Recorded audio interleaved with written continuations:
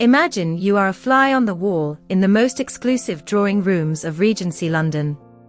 You are watching the lives of 8 extraordinary siblings, from Anthony to Hyacinth, as they navigate the treacherous waters of the marriage mart, evade the sharp quill of Lady Whistledown, and fight for a love that is anything but traditional.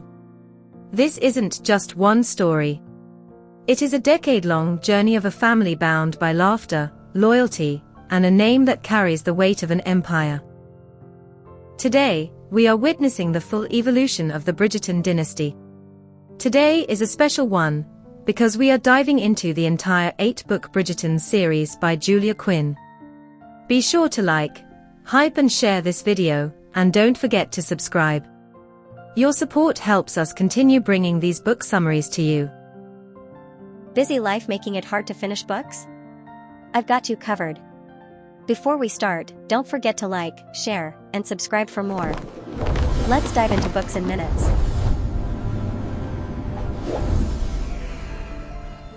Book 1, The Duke and I, Daphne and Simon's Story.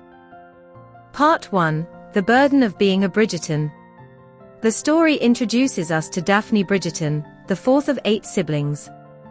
The Bridgertons are a rare sight in London high society, because they actually like each other. However, Daphne has a unique problem. While she is well-liked and considered personable, she lacks the mysterious allure that draws in suitors.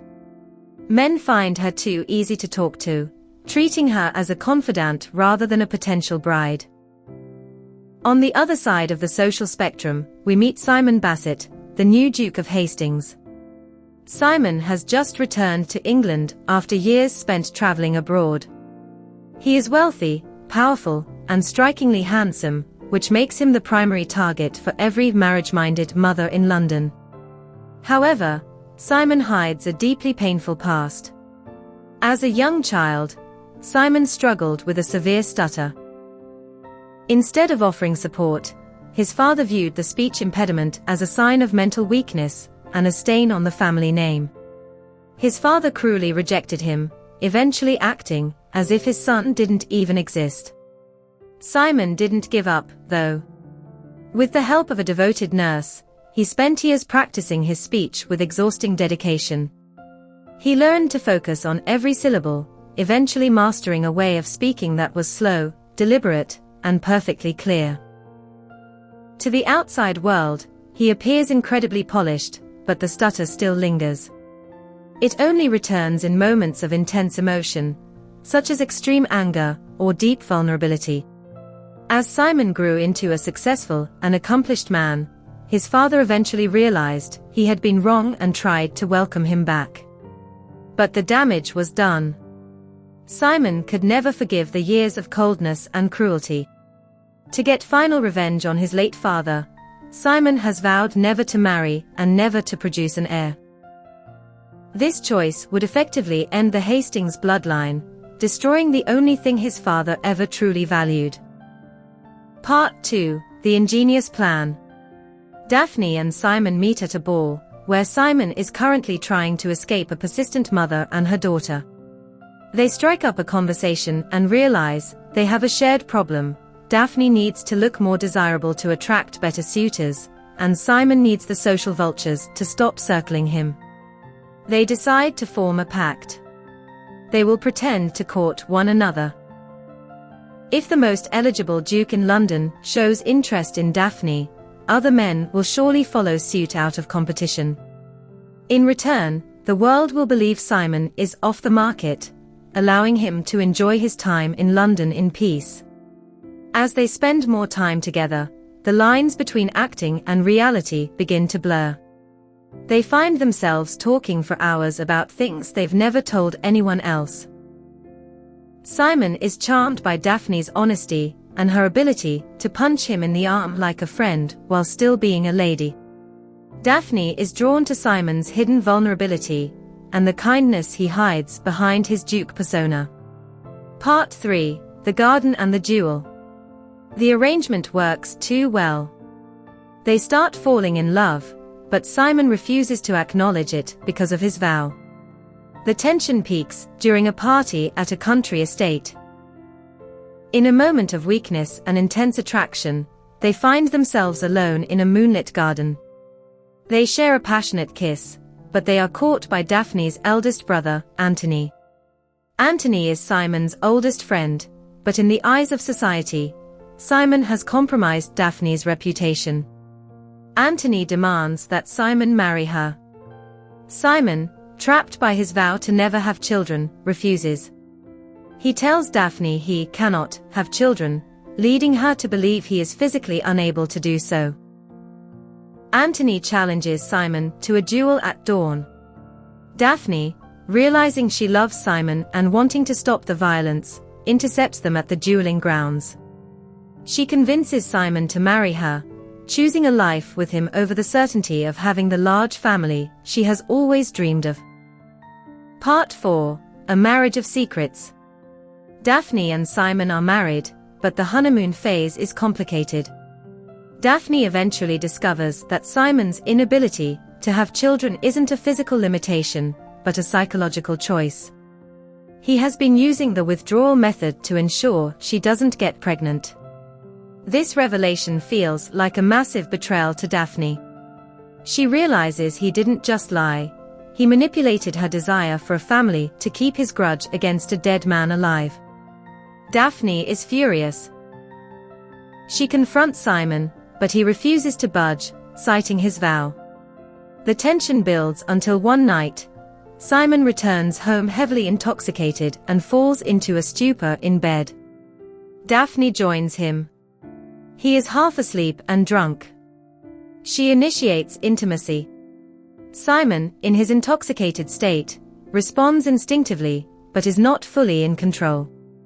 As he approaches the climax, he tries to pull away as usual, but Daphne uses her weight and position to pin him down, forcing him to finish inside her. Simon wakes up fully in the aftermath, horrified. He realizes what she did. He feels violated and tricked. Daphne feels justified. She believes she was only taking what was her right as a wife, but she also realizes the gravity of her action when she sees his rage. Simon is furious and leaves for London, leaving Daphne alone at their country home. This separation forces both of them to reflect on their own flaws. Daphne realizes that she cannot force Simon to change, and Simon realizes that his hatred for his father is destroying the only person who truly loves him. Part 5: The Path to Forgiveness. While Simon is away, Daphne discovers a collection of letters in his desk. These are letters Simon wrote to his father as a child, letters his father never opened. Reading them, Daphne finally understands the depth of the trauma Simon endured. She sees the little boy who just wanted to be loved and the man who is still protecting that boy from further hurt. When they eventually reunite, Daphne approaches Simon with empathy rather than anger. She helps him see that by refusing to have a family, he isn't just punishing his father, he is punishing himself and the woman he loves. Simon finally chooses to let go of his past. He realizes that being a father gives him the chance to be everything his own father wasn't. The story ends with the couple welcoming their first child, a son, marking the end of the feud and the beginning of a new, healing legacy for the Hastings name. Book 2: The Viscount Who Loved Me, Anthony and Kate's Story. Part 1: The Rake and the List.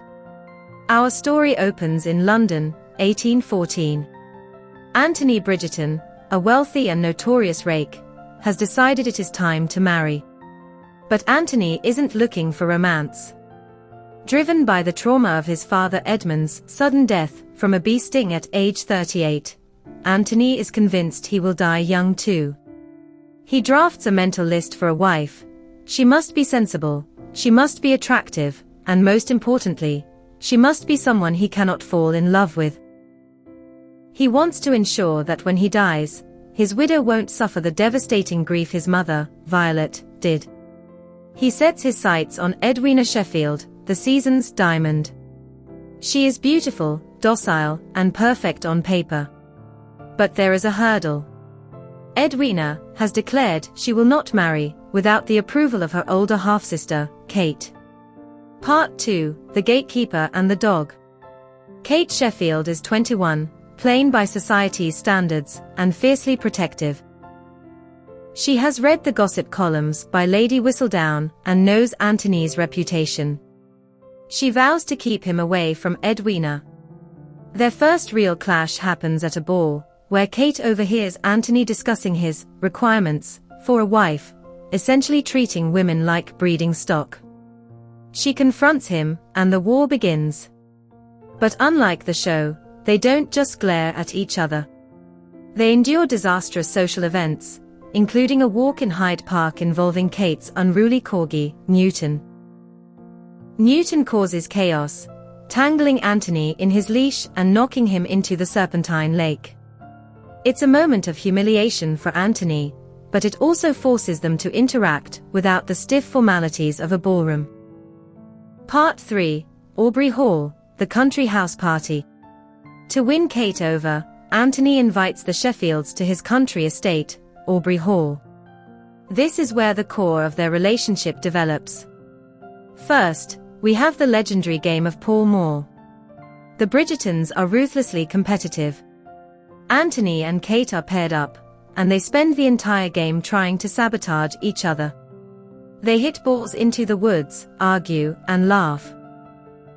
For the first time, Anthony realizes that Kate challenges him intellectually and spiritually in a way Edwina never could.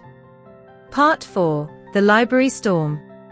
Here is a crucial detail the show moved, but in the book, it happens during this house party. A massive thunderstorm hits Aubrey Hall. Kate has a debilitating phobia of storms, because her mother died in one. Late at night, Anthony wanders into the library and finds Kate cowering under a desk, terrified and shaking.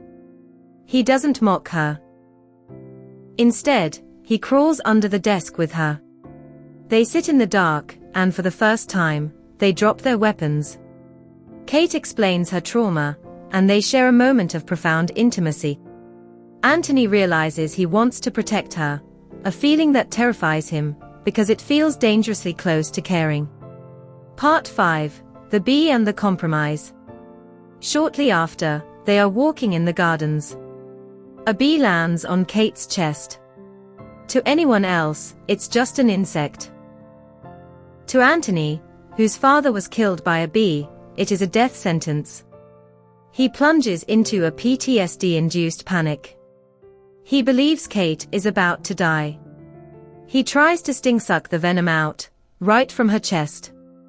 It is a frantic, unromantic medical attempt, but it looks incredibly scandalous. 3 women walk into the garden and catch them: Anthony's mother Violet, Kate's stepmother Mary, and the gossip Mrs. Featherington. There is no way out. To save Kate's reputation, Anthony must marry her. Part 6, The Marriage and the Wedding Night. Anthony and Kate marry quickly. On their wedding night, the enemies' dynamic dissolves instantly. They discover an explosive physical compatibility. Anthony is shocked by how much he desires his new wife. But the next morning, the fear sets in. Anthony realizes he is obsessed with her. He finds himself checking on her, wanting to talk to her, wanting to be with her. This violates his primary rule: do not fall in love. So, he pulls away.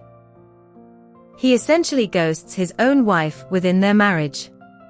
He stops sharing a bed with her and throws himself into work, leaving Kate confused and lonely.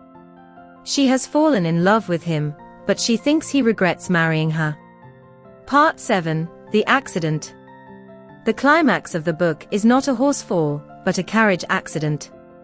Toward the end of the London season, Kate is in a carriage, in some editions with Edwina, in others alone with the driver, when it overturns. Anthony is nearby and sees the crash. In that split second, his worst nightmare comes true. He runs to the wreckage, convinced she is dead. When he pulls her out, she is injured, a broken leg, but alive. In the aftermath, as Kate recovers, Anthony finally breaks. He realizes the irony: He spent his whole life guarding his heart to avoid the pain of death, but avoiding love didn't stop the pain of almost losing her. He realizes that whether he lives to 38 or 80, life is meaningless without sharing it. Part 8. The Resolution. Anthony confesses everything to Kate. He tells her about his father, his fear of dying young, and why he tried to push her away. He tells her he loves her.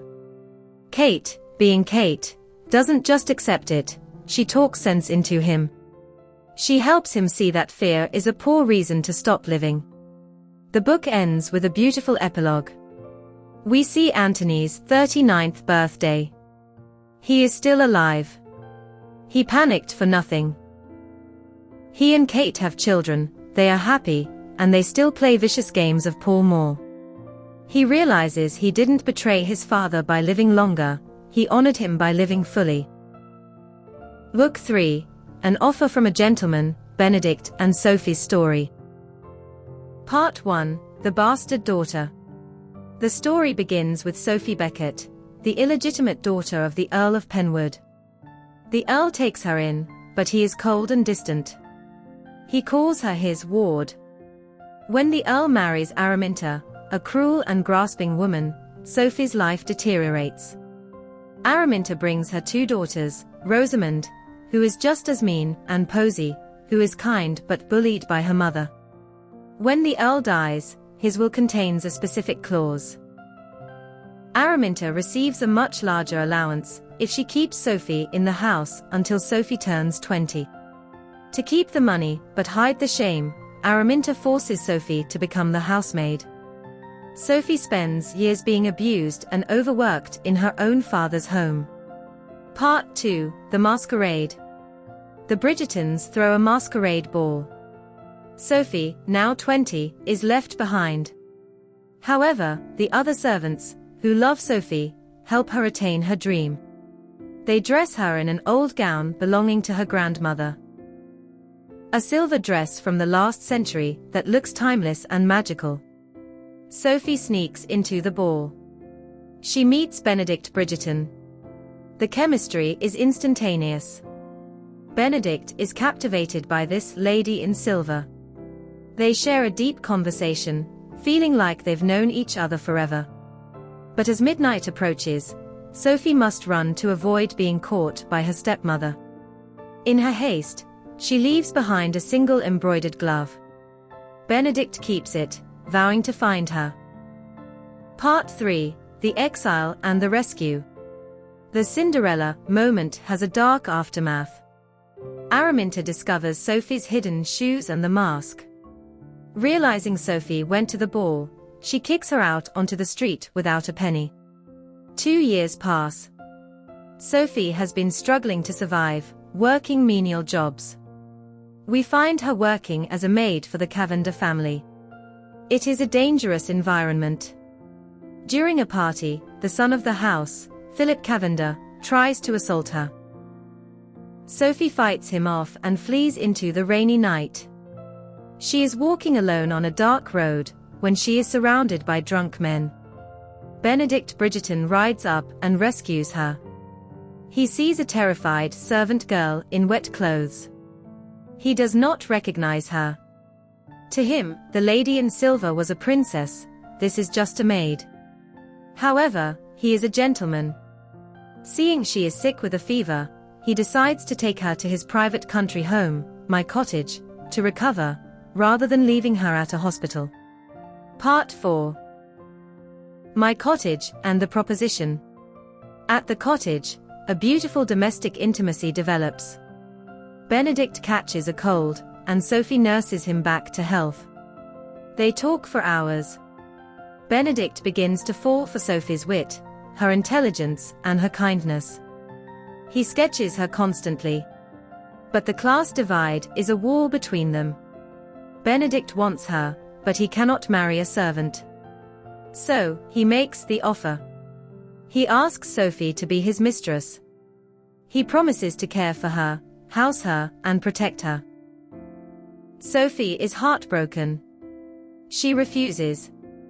She explains, without revealing her parentage, that she is a bastard. She knows the pain of growing up without a father's name. She vows she will never inflict that life on a child of her own. She would rather be poor and respectable than a wealthy mistress. Benedict is frustrated but respects her no. When they return to London, he arranges for her to work at Bridgerton House as a maid for his mother, Violet. Part 5. London and Blind Man's Bluff. Sophie becomes a favorite of the Bridgerton staff and Violet. Violet, being the wise matriarch, senses that her son is in love with this maid. The turning point happens during a game of blind man's bluff with the younger Bridgerton children, Hyacinth and Gregory. Sophie is wearing a blindfold. Benedict walks into the room. Seeing her with her eyes covered, just like she was masked at the ball, triggers his memory. He focuses on the shape of her face and her mouth. The realization hits him like a physical blow. Sophie is the lady in silver. He drags her to his study. He is furious, feeling tricked. He accuses her of lying to him. Sophie defends herself, saying she never lied, he just never truly saw her. The argument turns into passion. They finally give in to their feelings and sleep together on the sofa in his study. Part 6. The Jail and the Will. Despite their intimacy, the issue of marriage is still unresolved. Sophie, fearing scandal for Benedict, decides she must leave. She runs away again. But fate is cruel. She runs straight into Araminta in London. Araminta, spiteful as ever, accuses Sophie of stealing a shoe clip, a valuable piece of jewelry. Sophie is arrested and thrown into a horrific jail cell. Benedict discovers she is gone and frantically searches for her. He finds out she has been arrested and rushes to the jail, bringing his mother Violet and a magistrate. Part 7. The Climax. In the magistrate's office, Araminta insists Sophie is a thief. Benedict declares that it doesn't matter, he is going to marry Sophie right then and there to protect her. But they need to clear her name. Posy, the timid stepsister, steps forward. In a moment of incredible bravery, Posy announces that she stole the shoe clip, not Sophie, just to silence her mother. Then, Posy reveals the biggest secret of all. She tells everyone that Araminta has been hiding the Earl's true will. Posy runs to the Penwood house and retrieves the will from its hiding spot, inside a hollowed-out lesson book in the schoolroom. The will reveals that the Earl left Sophie a massive dowry, making her a wealthy heiress. Part 8. The Resolution. This is where Violet Bridgerton, the matriarch, steps in and absolutely steals the show. She realizes that while the money is great, it doesn't solve the social problem. Sophie is still, in the eyes of the Ton, an illegitimate servant. If Benedict marries her, the scandal will follow them forever. So, Violet creates a blackmail scheme that is pure genius. Violet offers Araminta a deal. She tells Araminta, "We won't press charges for the theft. You won't go to jail." However, in exchange for her freedom, Araminta must do one thing. She must lie to all of London. Violet forces Araminta to claim that Sophie is not an illegitimate nobody, but rather a distant cousin of the Earl of Penwood on her mother's side. The story they concoct is that Sophie was orphaned and left in Araminta's care as her ward, and that they had a misunderstanding, which led to Sophie running away. Why does this work? Because it gives Sophie a legitimate bloodline. By claiming she is a distant relation of the Earl, she becomes gentry. She becomes marriageable. And because the lie comes from Araminta, the very woman who hated her, society will believe it. After all, why would a countess claim a servant as family unless it were true? Part 9. The Happy Ending. With the lie firmly in place, Benedict and Sophie are free to marry. The Ton accepts Sophie as the long-lost ward of the Penwoods. But the sweetest part of the ending isn't the wedding, it's the family they build. Sophie, remembering her own loneliness, refuses to leave Posy behind. She invites Posy, the sister who saved her life, to live with them. Posy finally escapes her mother's abuse and blossoms in the Bridgerton household, eventually finding her own happy ending in a future story. Benedict and Sophie move out to the country, away from the strict eyes of London, where they can live authentically. Benedict continues his art, with his Lady in Silver as his permanent muse. And yes, they keep the gloves. Look for Romancing Mr. Bridgerton, Polin and Penelope's Story. Part 1, A Shift in Perspective. Our story centers on Penelope Featherington. At 28 years old, Penelope has officially crossed the threshold into spinsterhood in the eyes of 19th century London society. She has lost the lingering baby fat of her youth, and she has finally convinced her overbearing mother to let her wear flattering colors instead of hideous yellows and oranges. Yet, society still largely treats her like part of the wallpaper. For over a decade, Penelope has harbored a massive, secret crush on Polin Bridgerton, the charming, handsome, and wealthy brother of her best friend, Eloise.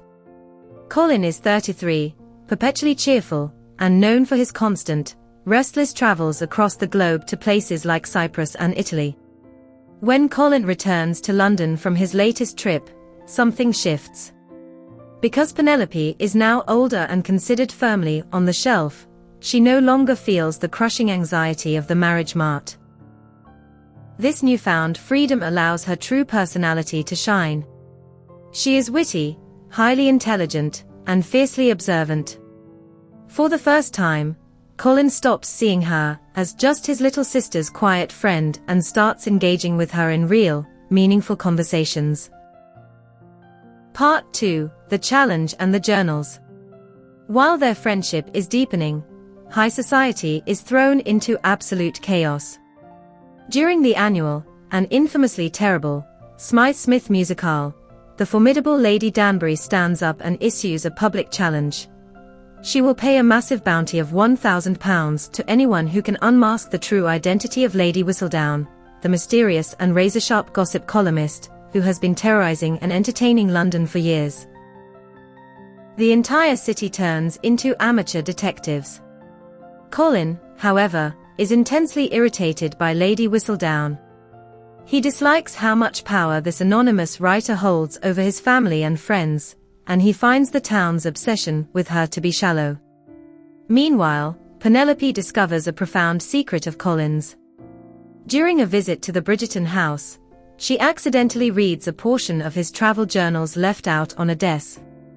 When Polin catches her, he is furious and wildly defensive. But Penelope isn't mocking him, she is genuinely moved. She tells him his writing is brilliant, vivid, and captivating, and she strongly encourages him to publish his work. Through this vulnerable moment, we learn that beneath Polin's carefree, charming exterior lies a deep well of insecurity. He feels aimless. His older brothers hold titles and manage estates, but Polin feels he has no true purpose or lasting legacy. Part 3, The Unmasking. As the hunt for Lady Whistledown intensifies, a former bully of Penelope's, the snobbish Cressida Toomberley, falsely steps forward and claims to be the mysterious writer. Cressida is desperate for the prize money and the social clout. Penelope, fiercely protective of her life's work and her intellectual property, refuses to let a bully take credit for her decade of secret labor. She secretly writes a new column to expose Cressida's lie and heads out into the city to drop it off for her publisher. But Polin has noticed Penelope acting strangely.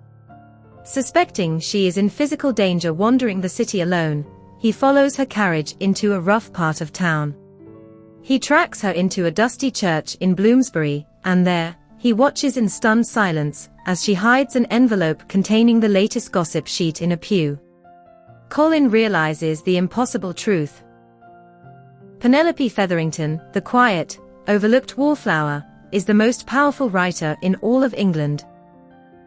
Part 4, From Anger to Love. When Polin intercepts her, their confrontation is explosive.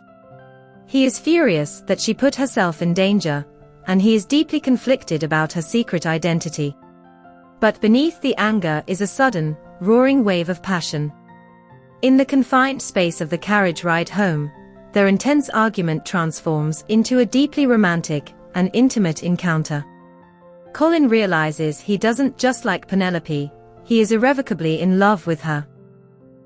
As soon as they arrive at her home, he insists they are getting married. In one of the book's most humorous and telling scenes, Penelope's mother, Portia Featherington, is so entirely blind to her own daughter's worth that when Polin asks for permission to marry into the family, Portia assumes he is asking for Penelope's much younger, prettier sister, Felicity. Polin firmly, proudly, and loudly corrects her, making it abundantly clear that Penelope is the only woman he wants or has ever wanted. Part 5. The Blackmail and the Grand Reveal. Their engagement is a joyous affair, but a dark cloud looms over them. Cressida Toomberly manages to piece together clues about the timeline of the secret column and realizes Penelope is the real Lady Whistledown. Cressida shows up at Penelope's house and attempts to blackmail her, demanding an exorbitant sum of £10,000 to keep the secret. Penelope is terrified of ruining the Bridgerton family name, but Polin steps in. He realizes that paying off a blackmailer never ends well. Furthermore, he recognizes his own internal struggle. He had been secretly jealous of Penelope's massive success as a writer, which was holding back his own potential. Once he lets go of his male pride, he decides they must take control of the narrative together. During a lavish ball hosted by his sister Daphne at Hastings House, Polin executes a brilliant plan. With the blessing of his older brother Anthony, Polin steps up onto a chair and commands the room's attention. He gives a beautiful, heartfelt speech about how much he loves his new wife. He praises her intelligence, her wit, and her bravery. And then, to the shock of the entire glittering society, he announces that he is the proudest man in the room, because his wife is none other than Lady Whistledown.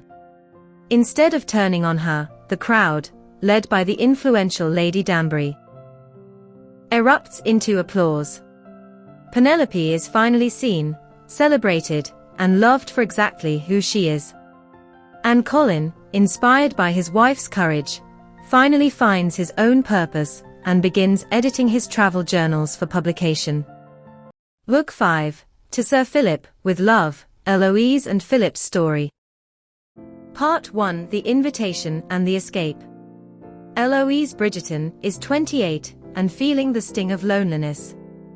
Her best friend, Penelope Featherington, has finally married, leaving Eloise as the last one left. For a year, she has been writing to Sir Philip Crane, whose wife, Eloise's distant cousin Marina, passed away after a long illness. When Philip suggests in a letter that she come to his estate, Romney Hall, to consider a marriage proposal, Eloise does something completely out of character. She leaves a note for her family and disappears in the middle of the night. She arrives unannounced, shocking Philip, who never actually expected her to show up. Part 2, The Beast in the Garden. The Philip Eloise meets is not the scholar she imagined. He is a massive, physically powerful man who spends his days in his greenhouse. He is blunt, socially awkward, and deeply tired. We learn that his marriage to Marina was a tragedy. She suffered from severe clinical depression and spent her days in a dark room, eventually attempting to end her life in a freezing lake. Though Philip saved her that day, she died of a fever shortly after. Philip doesn't want love. He wants a woman to manage his two unruly children, Oliver and Amanda. He views Eloise as a practical solution to a chaotic household. Part 3, The War with the Twins. The Crane twins are legends of mischief. They have driven away every governess Philip has hired. On Eloise's first day, they put a fish in her bed. Later, they rig a heavy flour sack to fall on her head. But Eloise grew up with 4 brothers. She doesn't cry or scream. Instead, She sits the children down and tells them exactly why their pranks failed.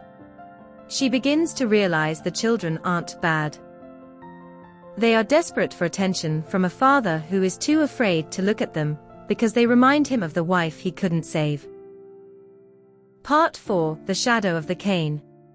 As Philip and Eloise spend time together, the tension between them shifts from frustration to attraction. However, a dark secret hangs over Philip. He was brutally abused by his own father, who used a cane to discipline him. Because of this, Philip is terrified of his own temper.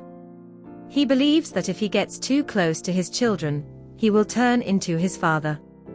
His neglect is actually a misguided attempt to protect them from himself. Eloise, observant and sharp, begins to realize that Philip's silence isn't coldness, it's trauma. Part 5: The Bridgerton Storm. Just as Eloise and Philip are beginning to navigate their confusing attraction, the peace of the countryside is shattered. In a whirlwind of dust and fury, the four Bridgerton brothers, Anthony, Benedict, Polin, and Gregory, burst into Romney Hall. They haven't just come for a visit. They've come to rescue their sister from what they assume is a kidnapping or a ruinous scandal. The confrontation is both legendary and incredibly tense. The brothers find Philip and Eloise in a highly compromising position, and the protective instincts of the Bridgerton men go into overdrive. Philip, despite being a physically powerful man, is nearly overwhelmed by the sheer force of four angry brothers. Anthony, as the head of the family, is livid. He doesn't care about Philip's excuses or the letters, he cares about Eloise's reputation. A physical altercation nearly breaks out, and the tension in the room is thick enough to cut. To save her honor, Philip immediately agrees to marry her. However, for Eloise, this is a hollow victory. She is heartbroken. She realizes she has fallen in love with this brooding, complicated man, but she is haunted by the fear that Philip is only saying "I do" to stop her brothers from killing him and to finally secure a mother for his unruly twins. She feels like a commodity being traded, rather than a woman being chosen. Part 6: The Greenhouse Breakthrough. The wedding happens quickly, but the marriage is cold. The house remains a battlefield of silent tension. The breaking point arrives when the twins, Oliver and Amanda, pull their most dangerous prank yet, one that nearly causes a serious accident. Philip's temper, which he has suppressed for years out of fear, finally snaps. In a moment of pure, blind rage, he reaches for a riding crop, intending to discipline his son the same way his own father used to beat him. He stops mid-air, his hand trembling, absolutely horrified by the monster he sees in the mirror. He realizes he is 1 second away from becoming the very man he spent his life hating. He flees to his sanctuary, the greenhouse. Eloise follows him, refusing to let him hide in his silence any longer. She confronts him, demanding to know why he is so afraid of his own children. In a raw, gut-wrenching scene among the ferns and flowers, the beast of Romney Hall finally breaks. Philip collapses into Eloise's arms and weeps, pouring out decades of trauma. He talks about his abusive father, the crushing guilt of not being able to fix Marina's depression, and his paralyzing fear that he is inherently broken. For the first time, Eloise doesn't just talk, she listens. She helps him realize that being a father isn't about being a perfect, emotionless statue, it's about being present, even when it's messy. This breakthrough changes everything. The book doesn't end with a grand London ball, but with a quiet, beautiful scene of Philip finally playing with his children in the sun-drenched greenhouse, with Eloise by his side. They aren't a perfect family, but they are finally a whole one. Book 6, When He Was Wicked, Francesca, and Michael's Story. Julia Quinn wrote this book to tell the story of Francesca, the quiet Bridgerton. Unlike her boisterous siblings, Francesca seeks peace and privacy, often spending her time away from the London spotlight, at her estate in Scotland. This is a story for those who love slow burn, romances, and deep emotional stakes. It explores the guilt of surviving tragedy and the terrifying courage it takes to love again after a devastating loss. Part 1: The 36-Hour Window. The story begins with a defining moment for Michael Sterling. Michael is a famous London rake with a strict set of personal rules. He never seduces virgins, he avoids virtuous, married women, and he never loses his heart. But all those rules shatter the moment he meets Francesca Bridgerton. The tragedy. He meets her at a dinner celebrating her upcoming wedding to his cousin, John Sterling, the Earl of Kilmartin. Michael falls in love instantly and completely. The heart of this story isn't just a romance, it's a study of internal conflict. For Michael Sterling, his love for Francesca Bridgerton feels like a physical ailment. In the book, he describes it as a wickedness, because he is coveting his cousin's wife. He feels like a traitor to John, the man who was more of a brother to him than anyone else. Every time he shares a laugh with Francesca, or sits at their dinner table, he feels the crushing weight of his own hypocrisy. To the world, he is the carefree merry Devlin, but inside, he is a man starving for a love he believes he has no right to claim. For 2 years, he remains a devoted friend to the couple, hiding his agony behind a facade of wicked charm. He loves John too much to ever betray him, so he settles for being the third wheel in their happy life. Part 2: The Headache That Changed Everything. Life at the Kilmartin estate in Scotland is peaceful until one afternoon. John complains of a simple, nagging headache. He lies down for a nap, he suffers a brain aneurysm and passes away in his sleep. The tragedy is compounded by a silent loss. Francesca was early in a pregnancy she hadn't yet announced, and in the shock of John's death, she loses the baby as well. Michael is now the new Earl of Kilmartin. He inherits the title, the wealth, and the responsibility he never wanted. Overwhelmed by the guilt of stepping into John's shoes, and terrified that he might finally act on his feelings for the grieving widow, Michael flees to India. He stays there for 4 years, trying to outrun his heart. Part 3: The Return and the Fever.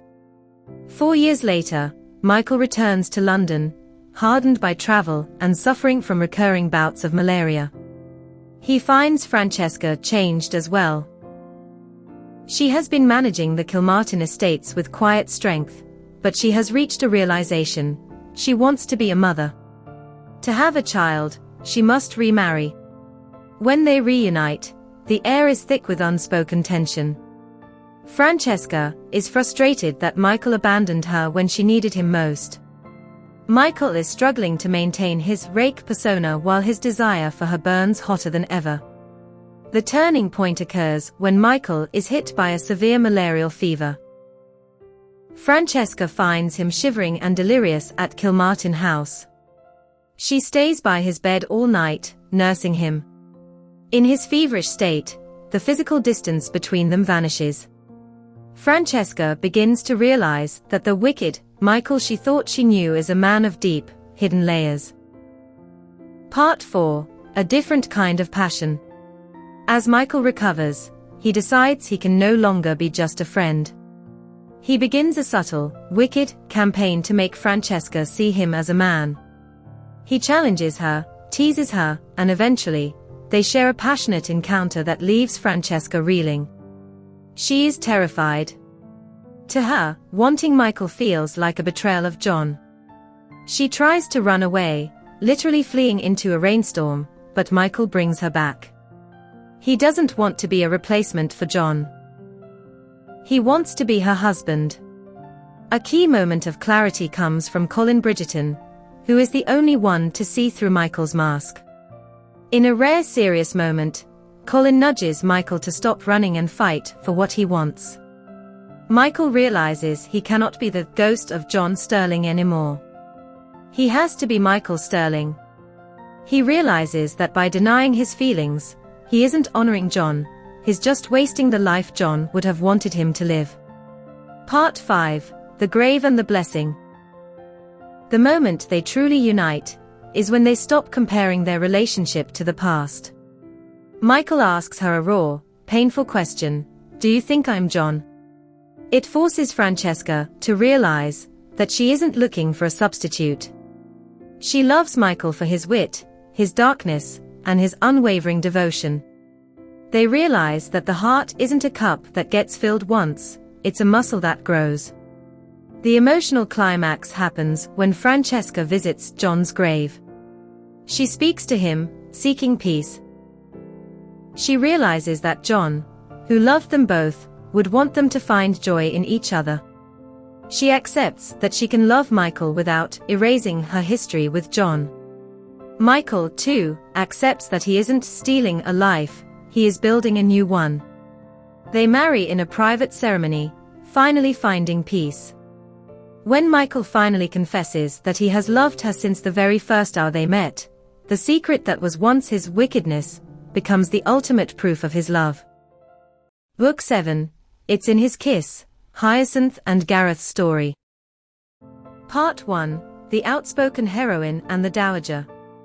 The story is set in 1825. Hyacinth Bridgerton is in her 4th year on the marriage market. While she is beautiful, her blunt honesty and sharp mind tend to scare away potential suitors. However, she has a very special relationship with the formidable Lady Danbury. Lady Danbury is the dowager lioness of society, known for her sharp tongue and her cane. Most people are terrified of her, but Hyacinth genuinely likes her. Their relationship is one of the highlights of the book. Hyacinth visits Lady Danbury twice a week, not out of obligation, but because they are kindred spirits. Hyacinth reads Gothic novels to her, and they trade sharp barbs that would make any other debutante faint. It is through this bond that Hyacinth is introduced to Lady Danbury's favorite grandson, Gareth St. Clair. Part 2, A Musical First Meeting. Gareth and Hyacinth first meet at the annual Smythe-Smith Musicale. If you've read the series, you know these concerts are famously ear-splitting. While the rest of the ton is politely suffering, Gareth and Hyacinth share a moment of genuine connection over just how terrible the music is. Gareth is a rake with a bad reputation, but he is immediately captivated by Hyacinth's refusal to play the social games of the ton. He finds her refreshing, while she finds him maddeningly arrogant and undeniably handsome. Part 3, The St. Clair Legacy of Hate. The central conflict of Gareth's life is his relationship with his father, the Baron St. Clair. In a shocking prologue set 10 years earlier, the Baron revealed to 18-year-old Gareth that he is not his biological son. The Baron has hated Gareth his entire life, viewing him as a symbol of his late wife's betrayal. Now, with Gareth's older brother George dead, Gareth is the heir to a title and estate that the Baron is determined to ruin. The Baron is actively spending every penny of the family wealth to ensure Gareth inherits nothing but debt. Gareth's only hope lies in a small Italian diary left to him by George. Part 4, The Content of Isabella's Diary. The diary belonged to Isabella, Gareth's paternal grandmother. Because Gareth doesn't speak Italian, Hyacinth offers to translate it. As she works through the pages, she discovers Isabella's secret life. Isabella was an Italian woman who felt isolated and unloved in England. She wrote about her White Lady and an Armadio, an Italian cabinet, where she hid a set of precious diamonds. She intended these for a future descendant who would value them. Part 5, The Midnight Heist at Clare House. Driven by the clues in the diary, Hyacinth convinces Gareth they must find the diamonds before the Baron does. They plan a midnight break-in at Clare House, the family's London residence. They sneak in through a window and find the White Room, which was Isabella's bedroom. They locate the Armadio, and Hyacinth finds a secret latch. However, the heist ends in disappointment. The compartment is empty. There are no diamonds, only the realization that they have been searching for a ghost. Part 6, the truth of Gareth's birth. The emotional climax occurs when Hyacinth finally puts the pieces together about Gareth's paternity. She rushes to his apartment at midnight, a scandalous move, to tell him the truth. When she tells him that his biological father was actually his uncle Edward, the man who had always been kind to him, Gareth's world shifts. In the heat of the moment, Gareth confesses his love for her. Later, Gareth confronts the Baron with this truth. The Baron, who had used Gareth's lack of bloodline to justify his hatred for 28 years, is physically deflated by the news. The realization that he had been cruel to his own brother's son for 3 decades leaves him broken. Gareth finally gains the upper hand, moving forward with his life and his marriage to Hyacinth. Part 7, the epilogue twist. Years later, when Hyacinth and Gareth have their own children, the mystery is finally solved. Their daughter, Isabella, is playing in their home when she discovers the diamonds. It turns out they were hidden in the hair of a white lady's statue that had been sitting in plain sight for decades. Hyacinth had walked past them every single day. Book 8. On the way to the wedding, Gregory and Lucy's story. Part 1. The pure romantic meets his muse. Our story begins with Gregory Bridgerton. Unlike many leading men in historical romance, Gregory is not a rogue or a rake. He is a young man who genuinely believes in true love. He is just waiting for it to happen to him. The moment finally arrives at Aubrey Hall, the Bridgerton family country estate. Gregory is attending a grand house party hosted by his older brother Anthony. During an outdoor gathering, Gregory spots the back of a woman's neck. Her name is Miss Hermione Watson. In a flash of absolute certainty, Gregory decides she is the love of his life. There is just one major obstacle. Hermione is entirely uninterested in him. She is secretly infatuated with her father's secretary, a man named Mr. Edmonds. It is a match that would ruin her socially, but Hermione is blinded by what she thinks is love. Part 2, the practical best friend. This is where Lady Lucinda Abernathy steps in. Everyone calls her Lucy. She is Hermione's best friend, and she is the polar opposite of a hopeless romantic. Lucy is practical, sensible, and deeply grounded. She has also been practically engaged since she was a little girl to Lord Hazelby. This arrangement was forced upon her by her controlling uncle and guardian, Uncle Robert. Lucy accepts her fate, because she believes duty comes before passion. Lucy knows that Hermione's obsession with the secretary is a terrible mistake that will ruin her friend's life. So when she sees that Gregory Bridgerton is interested in Hermione, Lucy decides to intervene. She offers to help Gregory win Hermione's heart, thinking that Gregory is a much safer, more suitable match. Part 3. The Alliance and the Shift. Gregory and Lucy form a secret alliance. They spend hours together walking through gardens, hiding in drawing rooms, and discussing tactics to make Hermione fall for Gregory. But as Gregory and Lucy spend all this time dissecting what Hermione likes and does not like, they are actually getting to know each other. Gregory discovers that Lucy is incredibly funny, sharp-witted, and easy to talk to. Around Hermione, Gregory feels tongue-tied and nervous. Around Lucy, he feels entirely like himself. Meanwhile, Lucy finds herself looking forward to her secret meetings with Gregory more than anything else. She has never met a man who listens to her the way he does.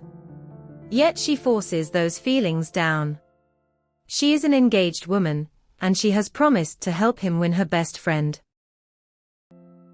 Part 4, the turning point. The entire plan falls apart in a sudden, shocking twist. Hermione does not end up with the secretary, and she certainly does not end up with Gregory. Instead, she is caught in a highly compromising position with Lucy's own brother, Richard. To avoid a massive public scandal, Hermione and Richard must marry immediately. With his supposed true love now engaged to someone else, Gregory expects to feel heartbroken. But when he searches his heart, he realizes he is not devastated at all. The woman he actually misses, the woman he cannot stop thinking about, is Lucy. He finally understands that his feelings for Hermione were just a surface-level infatuation. His feelings for Lucy are deep, real, and undeniable. Part 5. The Complication of Duty. Gregory declares his love for Lucy, and to his joy, she admits that she loves him too. But the celebration is cut short. Lucy refuses to break her engagement to Lord Hazelby. Gregory is utterly confused until the dark truth is revealed. Lucy's uncle, Robert, possesses forged treasonous documents. He claims these papers prove that Lucy and Richard's late father was guilty of treason against the crown. Uncle Robert threatens to release these documents if Lucy does not marry his son, Lord Hazelby. Releasing the papers would strip her family of their wealth, ruin their name, and completely destroy her brother's life and earldom. Lucy feels she has no choice. She must sacrifice her own happiness to save her brother. She tells Gregory they can never be together and prepares to walk down the aisle.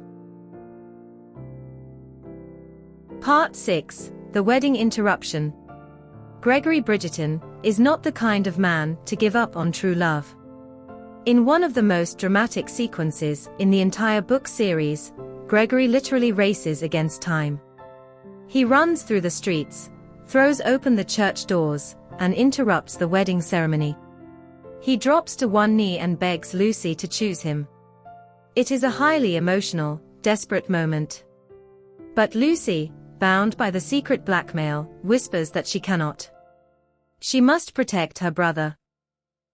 With a broken heart, she turns back to the altar and marries Lord Hazelby while Gregory watches. Part 7. The Rescue and Resolution. Even after the vows are spoken, Gregory refuses to accept defeat. He soon discovers the truth about the blackmail involving her uncle. Working together with Lucy, her brother Richard, and even Lord Hazelby, they orchestrate a daring confrontation. Gregory secures the hidden treasonous documents.